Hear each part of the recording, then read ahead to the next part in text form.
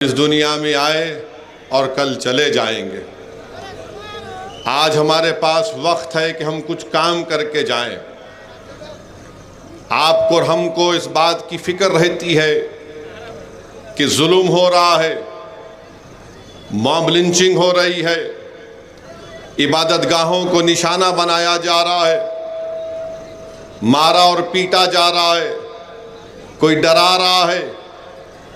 हमको फिक्र रहती है कि हम परभनी में बैठकर भी अपने सीने में इस तकलीफ को महसूस करते हैं और फिर हमारे दिलो दिमाग में ये सवाल पैदा होता है कि अल्लाह, फ़लस्तीनियों पर इतना बड़ा जुल्म हो रहा है, जहां पर आज तमाम लोग कह रहे हैं कि 60,000 लोग नहीं मारे गए, 2 लाख फ़लस्तीनी मारे गए।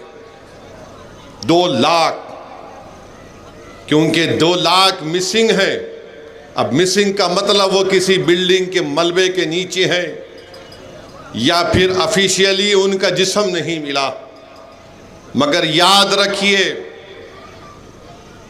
जिस सरजमीन पर जो जालिम जुल्म करता है, अल्लाह जालिम को मिटा देता है, अल्लाह जुल्म को भी मिटा देता है, मगर अल्लाह कभी मजलूम को मिटने नहीं देता। ताकतवर अगर ताकत के नशे में जुल्म करता है अल्लाह की बनाई हुई जमीन पर, तो अल्लाह उसको मिटा देता है, क्योंकि सबसे बड़ा ताकतवर अल्लाह है जिसने जमीन और आसमान को बनाया। इस सरजमीन पर अगर कोई जुल्म कर रहा है, जो जुल्म भी हो रहा है, वो मिटेगा, जुल्म मिटेगा और मजलूम कामयाब होगा। अगर कोई फ़लस्तीनियों को मार कर कह रहा है कि हमने उनको मिटा दिया, मारने वाले मिट जाएंगे इंशाअल्लाह ताला। जो लोग आज उनकी लाशें जमीनों के नीचे हैं, जो मलबे के नीचे पुकार रहे, तड़प रहे, कल देखना तुम इंशाअल्लाह ताला अल्लाह इन्हीं के सरों पर ताकत का ताज रखेगा और अल्लाह इन्हीं से दुनिया में इंसाफ कराएगा।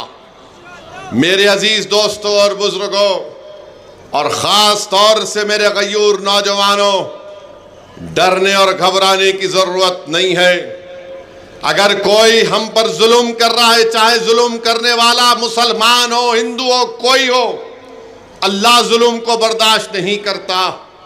अगर जुल्म करने वाले पे अगर कोई मजलूम हिंदू है, दलित है, मुसलमान है, मैं तुमको खुशखबरी दे रहा हूं कि जुल्म मिटेगा इंशाअल्लाह ताला।